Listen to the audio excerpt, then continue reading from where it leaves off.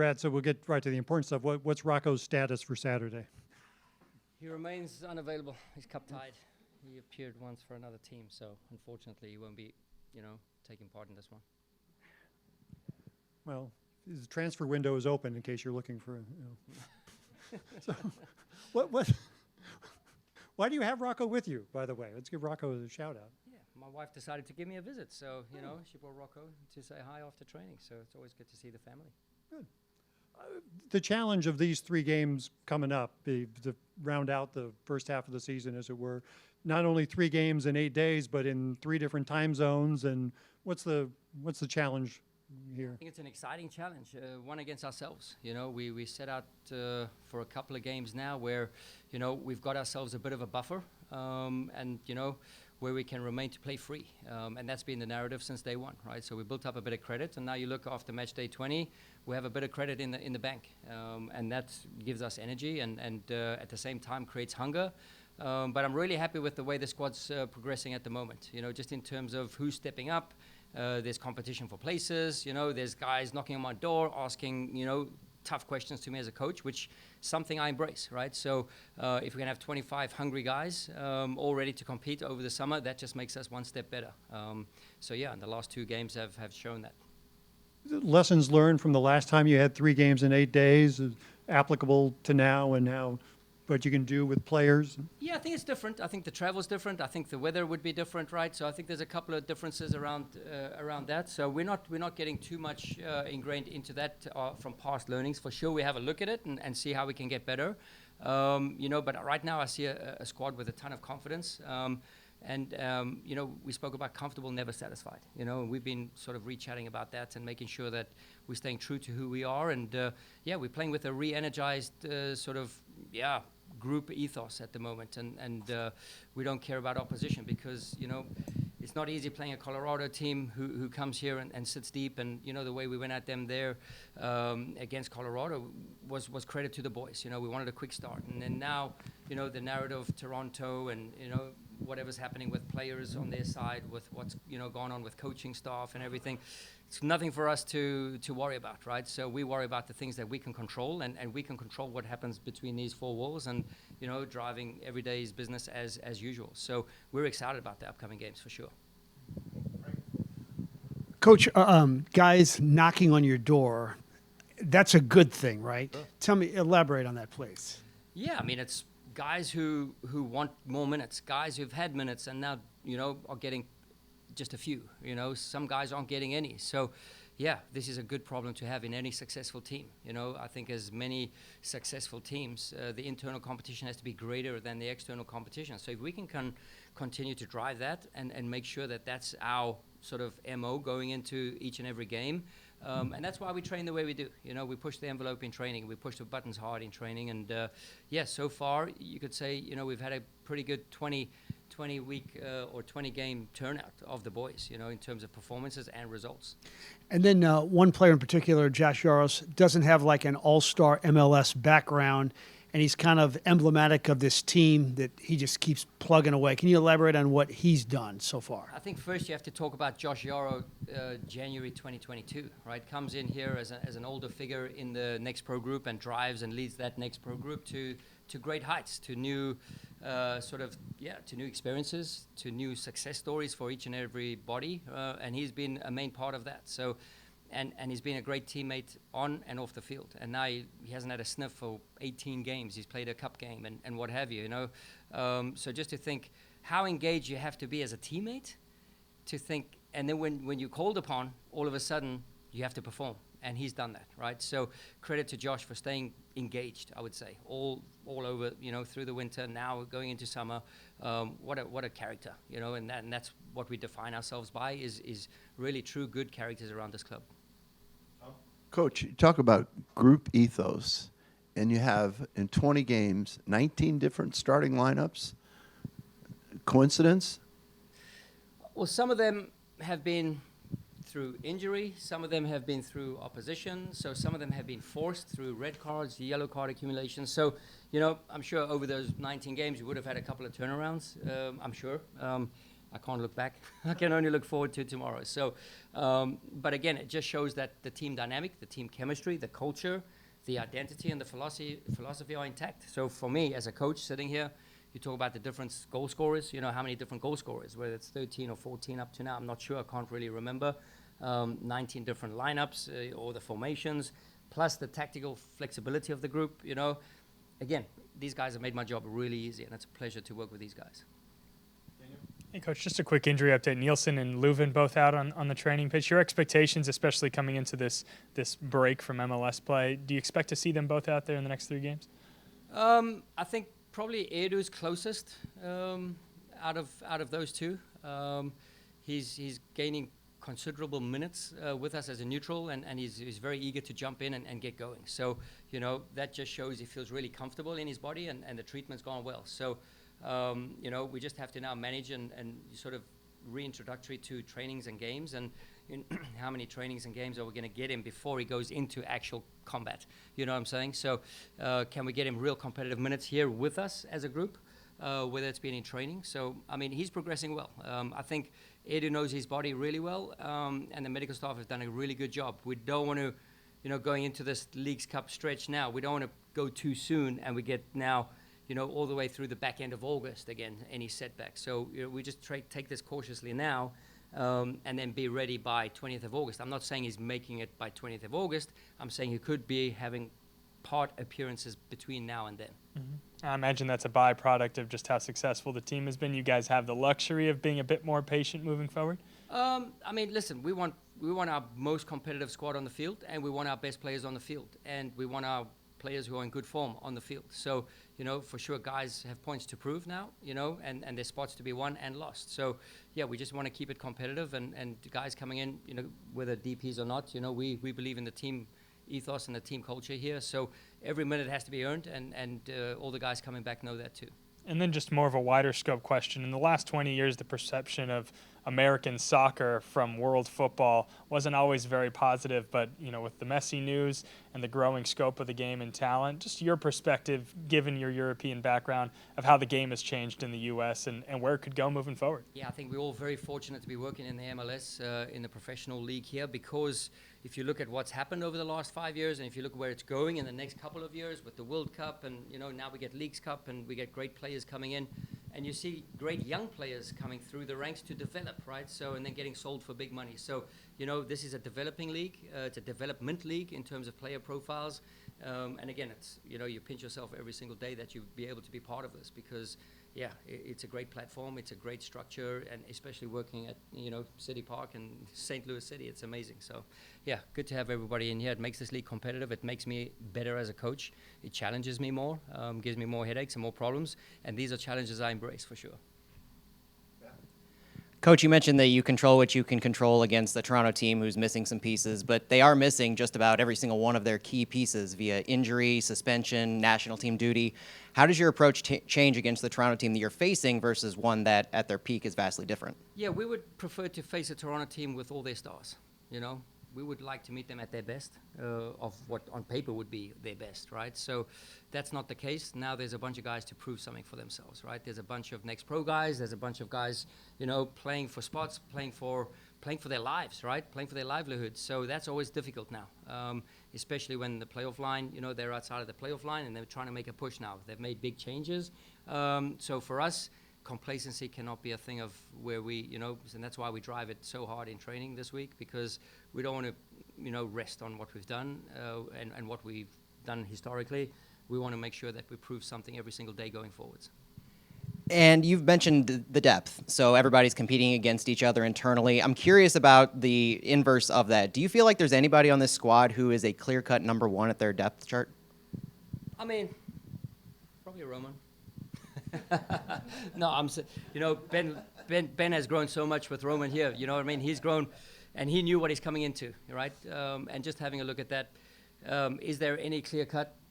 I don't know. I mean, I think you've seen us plug and play, and you've seen us make 8 changes to lineups, and you've seen us make whatever Union Omaha complete overalls, you know, in the cup games. And yeah, sometimes you think, man, we just got better.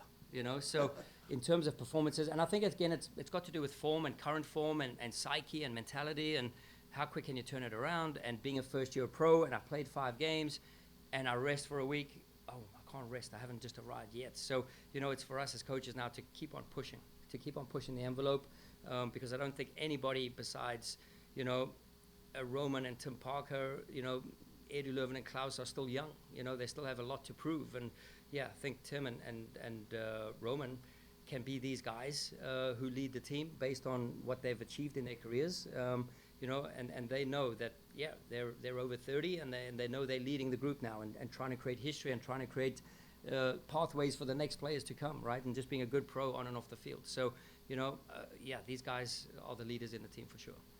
We got time for 2 more with Coach. We'll go to Kobe. Yeah, Coach, I have a few questions on one of your assistant coaches, Elvir Kvejic. What does Elvir bring to your coaching staff? He brings a lot of candy, which is not good, Before the players get there every morning, we have all the sweets, all the treats. So, again, we've always pride ourselves on good people, right? And Elvir knows the soccer landscape in St. Louis better than anyone. He's a trusted ally within the coaching staff, as well as the players get on really well with him. And in terms of individual player development, he spends a lot of time with players on and off the field, showing video reviews, and he takes a ton of time honoring and mastering his craft. He puts a ton of time in. Obviously, we all have families and everything, but if you just see a guy really committing to everything we do every day and willing to learn and grow in a philosophy that not many coaches know, around the league, or new-time coaches or first-time coaches, he's embraced it really well. So he's a joy to have in and out the locker room for sure. And how would you say his demeanor is different, I guess, in practice maybe than on match day? Well, he loves to joke, right? We have a good atmosphere in the training. We have a good atmosphere in the coach's locker room, in the office, right? So I believe of a lot of good spirit, good energy, good vibes, and he brings a ton of that, and then he knows when to be serious, and he knows when things need to be spoken about seriously, but he brings a lot of good energy to the group. And again, the players like him.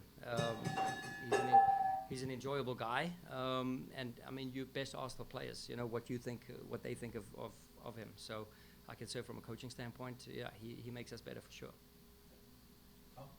So if Löwen and Nielsen, when they'll start out by not starting, so we're coming in, play 30 minutes, where some would be like the way to phase them back in.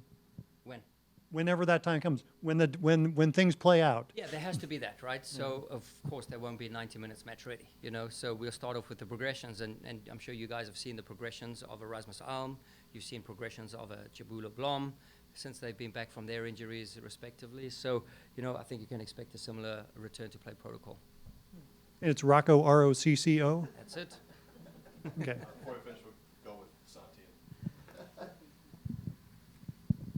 Bradley, aside from the current form and players not being available, what have you seen from this Toronto team? What have I seen from this Toronto team? Well, I mean, they're a pretty competitive team. They're second in the league for tackles, or third in the league for tackles, right? So that means they defend in a pretty deep block, right? We're going to have to break them down 4-4-2 with the coaching change. We've only seen 2 snapshots of what a new coaching change can bring, and how much can you make changes in terms of a 2-week window, right? So again, those are things we cannot control, right? We can only control basically the reps that we've had, and we might see similar reps to what we've seen against Colorado, you know what I'm saying? So coming here to City Park, being a little bit on the back foot in terms of their style of play, I think we can expect something similar, and maybe they prove me wrong, so we have to be ready for everything. So again, we have a game plan in place, and we'll be ready, to go for both sort of options. Coach, Rocco, thank you for your time. We appreciate it. Thanks, JG. Kyle, what's going on with the Canadian national team? And they made it through the qualifying round. Mhm. Yeah, they needed to beat Cuba. We got a 4-2 win, so a bunch of my close friends are on there. And so I think they're versus the States on Sunday, so I'll make sure to bring my Canada shirt, represent, and support versus everybody else on the team. Little tough times for the Canadians here. They ran into some troubles through this tournament. Yeah, they had to squeak it out a little bit, but they got out of the group, and that's the big thing. You'd have to run through some of those bigger teams anyways if you wanted to make a run in the Gold Cup. So they get the States earlier than maybe they would want to, but it's Yeah, I'll be watching. Martin? Obviously, it's a big country, and Toronto's Canada. But what's it like going home, as it were, even though you're far away from home? Yeah, I mean, I have some family friends who are there, so that'd probably be the only big difference is they'll be at the game, so it'll be good to see them. And other than that, no, it's just like every other away game. It's 22-hour drive from Winnipeg, so no one from my family is going to be there. You would have played in Vancouver last year with City too. Yes. So you've played professionally in Canada Yeah, before. a little bit. Yeah, A little. yeah, a little bit. How do you look at this team right now with how it's going and with this week coming up with 3 games in 8 days? Yeah, I mean, I think we've shown that we can use different guys in the system, and guys can come back and perform. I mean, Sam was a tremendous example of that. Just flying into San Jose, meeting us there, and then back-to-back rock solid performances from him. So it shows that we can use a lot of guys, which we will probably need for this week. And it's been really good to get results. San Jose is not an easy place to play. Colorado, the first time, they're not an easy team to play against when they sit back, and we were running a lot that game. They're switching the point of attack, so it was really good to get those wins. And yeah, we're on to Toronto. Kyle, what did you learn watching the games from the stands? What did you learn about your teammates? Yeah, you get to kind of see some of the nuances in the games, or, there will be stuff Bradley will be driving, when you get the ball, kind of what are your options 1, 2, and 3, and you can kind of see that unfold. Whereas in the game, I mean, it is really easy when you're in the stands, when you're watching on TV, you're like, oh, why did he pass it out of bounds, but in the game, you've got the pressure coming, and so just, I don't want to say like a blind pass, but just knowing like, hey, here's where this guy is going to be, or here's, kind of watching Nico's movement in the box a little bit too. You get to pay attention to that and the work that he's got to do to find a yard or two and find some of those really good goals. Kyle, Bradley mentioned that ideally he'd like to face a Toronto team at full strength. But a byproduct of Canada winning is that guys like Sean Johnson, Jonathan Osorio, Richie Larea, they're not going to be with Canada's team. So how do you juxtapose your excitement for Canada with going against a less than stellar Toronto team? Yeah, I mean, it was those are good guys, Oso and Larea. I think I got to know them a bit last camp, and they welcomed me right away. So I won't get to see them at the Toronto game, but I'd say more so just happy for them that they're surviving and advancing. And, if we don't play them on Saturday, that's not the end of the world to me. So those are good players. And there's a lot of talk about, how Joachim Nilsson will integrate with the team, what the formations are going to look like. But you, as getting experience at a left back role, how do you feel your attacking mindset has been these past few games? Because we know your defense is pretty solid. Yeah, I think it's just, Bradley doesn't want me to be another player at left back. So he still encouraged me to just be myself. And then it's kind of adding little tweaks to my game, when I can get forward a little bit more, but then just trying to be solid defensively. And then that, especially with the players on my side, when we have Sam on my side or Jared or Celio in these games, those are a lot of the players that when they get the ball at their feet, they're wanting to go forward and do their thing. So if they get in isolated situations, it's usually good for the team, which is then I stay back and be more rock solid defensively for us. Kyle, you mentioned last time we talked you were working on that left foot a bit more. I'm sure that's still a work in progress, or has it gotten any better? Yeah, since I was a little kid, been working on the left foot. So yeah, still working on it, every day. It's little things, right? That, when you're opening up on your left foot, just getting that first touch right, that sets the stage for so much else and gives you the availability to play, options 1, 2, or 3, or whatever they might be. Yeah, and when we talked at the beginning of the season, a lot of the players' expectations were to make the playoffs, and that was the expectation. Now you guys are sitting in first place. Is it difficult to continue to think that, what could become of this season, given the fact that we still haven't really seen this team at complete full strength? Is it difficult as a player to not get those hopes up, maybe? Yeah, I think it's been a fun ride. I haven't really looked back too much or looked forward too much. It's been, just kind of staying in the moment and just knowing we've got Edu and Klaus and Joachim, who those are phenomenal players. And, when they come and when they're getting back to minutes from injury, it'll definitely be beneficial for us. And then we'll kind of see what happens at that time, because so much else can happen. There can be other injuries or drops in form, so you don't want to say, oh, as soon as we get these guys back, everything is gonna change or be dramatically better, because we don't know that. You're talking about Sam earlier. It looked like on the Stroud goal, when you passed the ball, that it looked like you thought you'd like maybe hit it too strong. Yeah, he's fast, isn't he? Yeah. Were you surprised he got to it? I was surprised he got to it, yeah. And then he ends up slipping, I think, on the warm-up cone that's out of bounds, and still cuts around the corner and gets it to Stroud. So it was good to see. He's got a lot of speed. Yeah, is he the fastest guy on the team? I would say so, yeah. And how about his clothing style? Is he the best dressed guy on the team? He really dresses up for the game days, I would say. But I really like the ensemble he put together for the last game day. Mm-hmm. Kyle, the last couple of games, so in the back line with Josh and with Akil Watts and also Sam and Erinan and AC Jackson, who played in MLS Next Pro last year. What does that say about the system and what the team is doing? Yeah, I mean, I think it's good for Next Pro as well, as showing, hey, that's a viable pathway to the MLS, which is what the league was supposed to do. And so especially with, Akil and Yarrow having played with them so much last year, it's special to be back on the field with them, or when Celio's back on the field, and we've had that connection for over a year and that brotherhood, and AZ's come right in, and that same thing where it's like we've played against him, and he posed us quite a few problems when we played Minnesota's second team last year. So it's good having him on our side this time.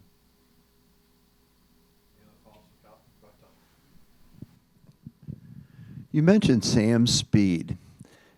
Can you, when that happens in a game, does something go off in your brain that said, oh my God, I've not seen that before? Is it something about the game that brings that out in and of itself?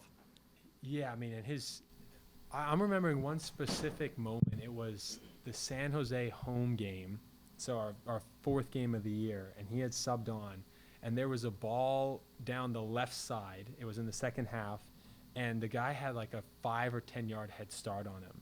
And it was like way in the channel, and he chased it down, went shoulder to shoulder, knocked the guy over, got the ball, and then we continued down the line. And so I remember that moment specifically. I was like, what on earth? How is this possible? I'm glad this guy is not on the other team right now.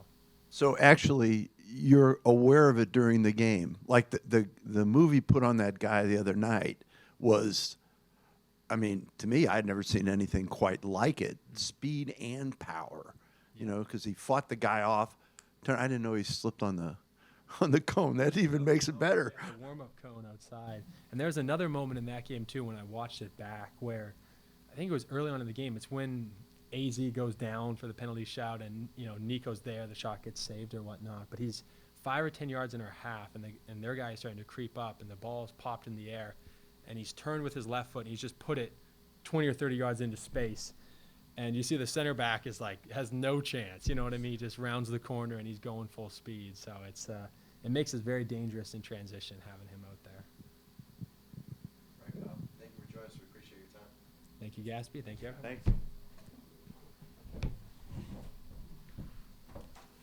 No sponsorship yet.